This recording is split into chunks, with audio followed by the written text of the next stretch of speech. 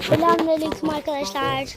Bugün sizlerle doğa yürüyüşüne çıkacağız.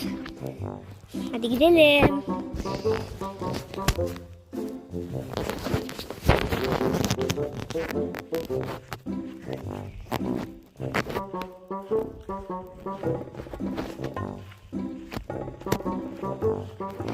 Doğa ne güzel değil mi arkadaşlar? İyi bakın inek saçma.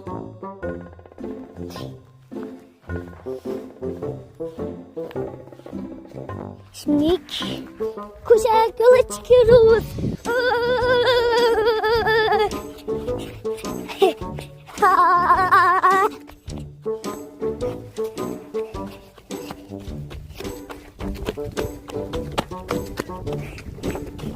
Görüşürüz arkadaşlar.